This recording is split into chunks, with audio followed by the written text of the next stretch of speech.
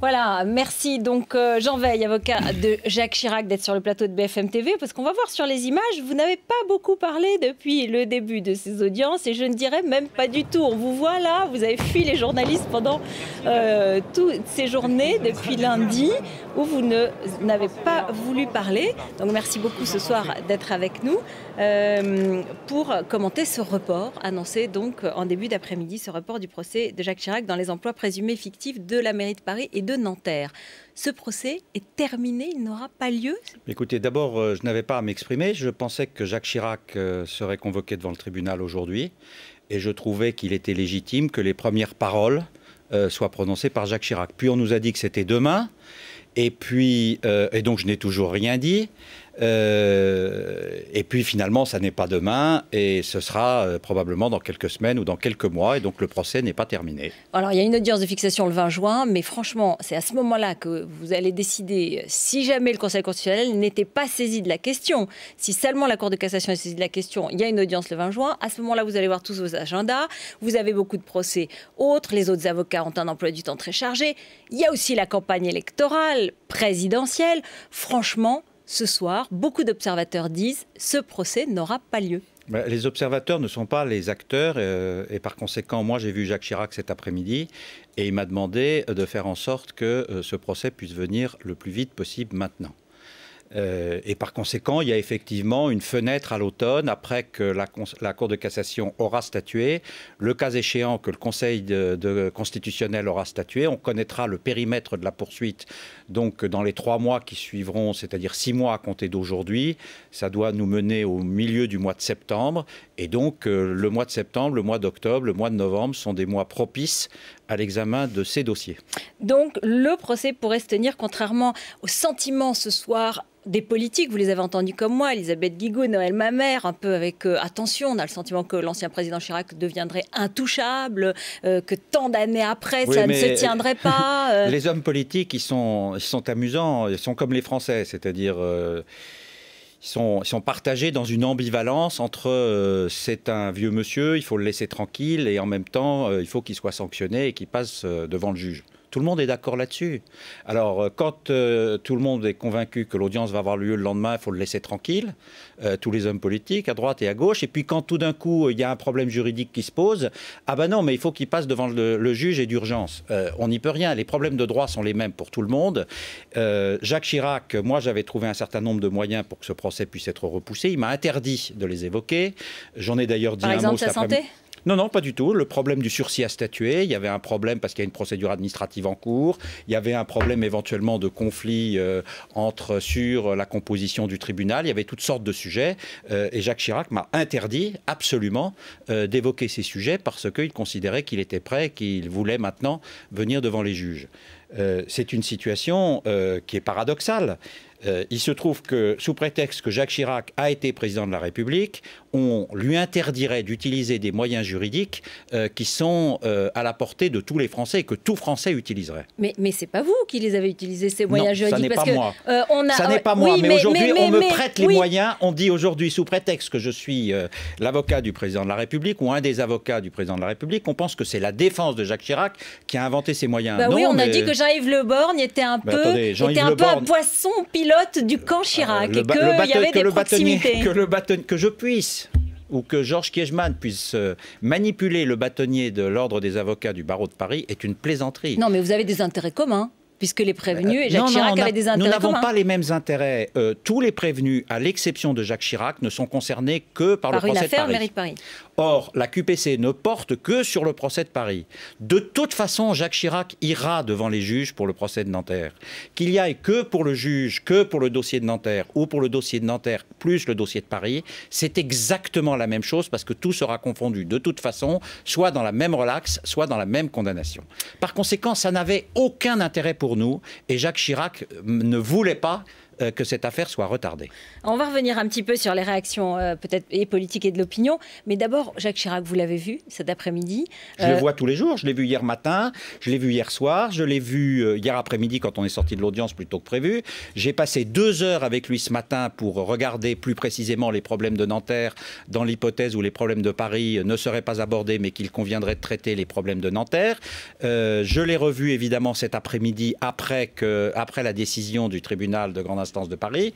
Je le vois tous les jours. Oui. Comment était-il? Est-ce que dans le fond, il était soulagé? Il était plutôt content de ne pas avoir à subir cette épreuve? Écoutez, il était comme un citoyen normal qui s'est préparé à affronter ses juges, qui a travaillé de nombreuses heures et qui se dit il faudra recommencer le moment venu à repréparer, revoir mes avocats qui me cassent les pieds, qui me font perdre du temps. J'ai quand même beaucoup d'autres choses à faire qu'à préparer ce procès. C'était fait et il était prêt à affronter ses juges. Vous voulez dire que c'est plutôt une mauvaise nouvelle dans le fond? C'est ce que vous essayez de me faire croire? C'est que plutôt... Non, je ne sais rien de vous faire croire. J'essaye de vous dire ce qu'il ressent. De toute façon, il sait qu'il ira devant les juges. Donc, tant qu'à faire, il valait mieux le faire et en être débarrassé. Alors, on va retrouver Diane Gouffran. Elle est devant les bureaux de Jacques Chirac. Justement, elle y a passé la journée. Elle était aussi devant le domicile de Jacques Chirac aujourd'hui. Jacques Chirac qui a quitté ses bureaux tout à l'heure. Il est rentré chez lui ce soir, hein, Diane? Bah oui. Heureusement. Oui, c'est ça, Ruth. Il a quitté ses bureaux vers 19h, il y a quelques minutes, avant de rejoindre son domicile. C'est vraiment tout récent. Alors pour Jacques Chirac, eh bien, cette journée, bizarrement, c'était une journée quasiment normale au niveau de l'emploi du temps, en tout cas, car comme tous les jours, eh bien, il est venu travailler à son bureau, qui est juste derrière moi, rue de Lille, ce matin et cet après-midi, avec entre les deux une pause déjeuner à son domicile, quai Voltaire. Alors à chaque fois, il a fait le trajet, un trajet de 5 minutes avec sa voiture conduite par un chauffeur. Mais depuis quelques jours, ce qui est loin d'être la routine, c'est que cette voiture est vraiment escortée par de nombreux journalistes. Et puis tout à l'heure, il était avec sa fille, Claude Chirac, lorsqu'il a appris le report du procès. Alors à noter quand même un petit changement d'attitude de la part de l'ancien président de la République. Eh bien hier, lorsqu'il était dans sa voiture, il a baissé sa vitre quelques secondes, le temps d'afficher son visage, un petit sourire à la presse. Aujourd'hui, il n'en a rien fait. Il est resté absolument discret, la vitre n'a pas été baissée.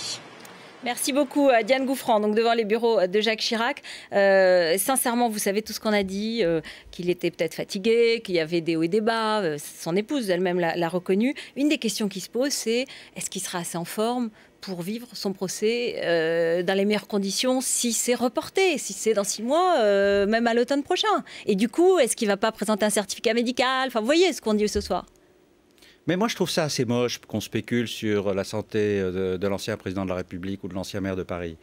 Je l'ai rencontré en 2007. Il a passé 25 heures à répondre aux questions des juges d'instruction dans cette affaire. Il a répondu à toutes les questions, connaît le dossier, il avait prévu de venir. Pourquoi voulez-vous qu'il ne soit pas là dans 6 mois? Il a 78 ans, je ne sais pas quel âge ont vos parents, les miens sont beaucoup plus âgés. C'est pas moi qui le dis, je pense non, que mais bon, c'est pas du tout... Franchement, il y a un moment où ces questions, que je peux comprendre de la part de journalistes, je les trouve assez indécentes. Alors écoutez peut-être un homme politique, un vert, donc plutôt assez radical, mais qui représente un peu, comme les autres cet après-midi à gauche notamment, l'opinion de la classe politique après ce report. Noël Mamère.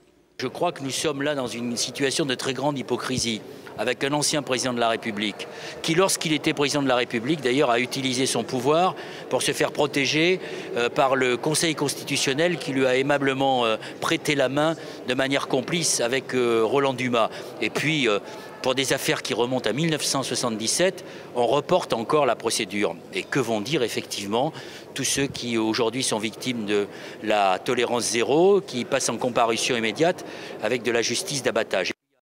Sentiment de 2 poids et 2 mesures, écoutez, vous ne pourrez pas l'éviter. Écoutez, moi je fais du droit, je ne me présente pas aux élections cantonales, peut-être que M. Mamère est candidat, il a besoin de s'exprimer politiquement, il fait du bruit, c'est son problème, ça n'est pas le mien. Mais vous savez qu'il y aura ce sentiment, vous savez qu'en ce moment Marine Le Pen remonte. Mais écoutez, il ira au tribunal, je n'y peux rien, il y a des problèmes de droit qui n'ont pas été soulevés par lui, il ira au tribunal le moment venu, je vous assure que s'il n'avait pas voulu y aller, il y avait d'autres moyens que nous pouvions soulever, il ne l'a pas voulu, et nous n'aurions pas passé des heures à préparer ce dossier avec lui. Quel était l'axe de la défense? Parce qu'on a un peu senti que de la part des avocats de la défense, vous un peu moins, parce que vous l'avez moins dévoilé, mais est-ce qu'il n'y aurait pas eu des grandes déclarations? Il n'y aura pas des grandes déclarations sur le thème, dans le fond, ces emplois présumés fictifs. Qu'est-ce que c'est si dérisoire à côté des actes d'un grand président, d'un président qui a évité, par exemple, la guerre d'Irak à la France, qui a évité ou qui a porté la France? Ce sera ça? En tout cas, moi, j'avais comme l'intention plutôt de faire ça peut-être petit bras, comme on dit habituellement, c'est-à-dire d'examiner un par un les 28 emplois considérés et de montrer qu'il n'y a pas de système, de montrer que tous ces emplois sont différents, que certains ont duré quelques semaines, et de montrer que véritablement il n'y avait aucun de ces emplois n'était fictif ni anormaux. Jacques Chirac a déjà dit qu'ils étaient utiles à la mairie de Paris. Je crois que nous l'aurions assez facilement démontré. Tout de même, on a le sentiment que c'est une autre époque et que l'ancien président n'a pas vraiment entendu au sens profond, c'est-à-dire compris que c'était peut-être un délit, mais que dans le fond c'était la vieille politique, une manière de copinage, une manière de colmater des brèches, et alors que peut-être c'est considéré comme un délit. Voilà pourquoi Jacques Chirac souhaitait que le procès ait lieu, parce que je pense qu'il aurait démontré exactement le contraire de ce que vous venez de dire, madame. Il l'aurait démontré, mais c'est pas ce qu'il a dit apparemment à un certain nombre de ses amis et qu'il l'aurait répété dans un livre récent qui est paru. Il aurait envoyé un petit mot à Jean-Louis Debré pour lui demander s'il avait une place pour un ami ou une amie charcutière de Corrèze, etc. Donc c'est un raisonnement. Est-ce que nous n'avons pas tous dans nos entreprises, et mon cabinet d'avocat est une entreprise, et est-ce que chaque chef d'entreprise, société cotée ou non, n'a pas un protégé dans une situation difficile à qui il a donné un coup de main à un moment? Est-ce que ça n'est pas une situation qui est une situation normale pour quelqu'un qui peut être amené dans telle ou telle situation à aider tel ou tel? Au cas particulier, il faudra regarder chacun de ces 20 emplois. La mairie de Paris, c'est 40 000 agents permanents. Nous allons regarder 20 emplois sur 40 000. Et est-ce que vous pensez que Jacques Chirac était au courant tous les matins de savoir qui venait ou qui ne venait pas au bureau et surveillait les horloges pointeuses?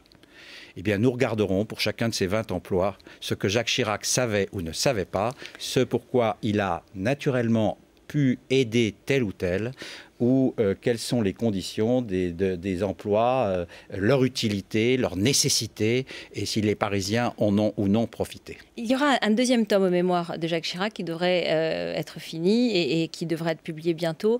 Ça sera plus facile pour l'ancien président sans être passé par cette épreuve du procès.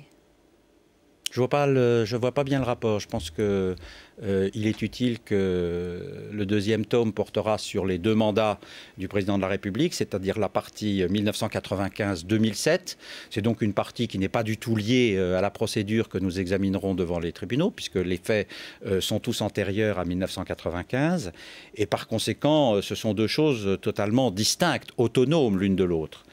On a dit qu'il n'avait pas envie, que son entourage en tout cas n'avait pas franchement envie que l'image du président devant le tribunal empiète sur celle du président qui parle de son bilan et de son passage au pouvoir, évidemment. En général, c'est plutôt le contraire. Les gens pensent que d'avoir des procédures, ça fait vendre parce que c'est un argument pour les éditeurs de faire de la promotion de leurs livres. Je suis content de voir que vous pensez le contraire. En tout cas, c'est ce qui peut se dire. Merci beaucoup Jean Weil d'être venu sur le plateau de BFM TV ce soir.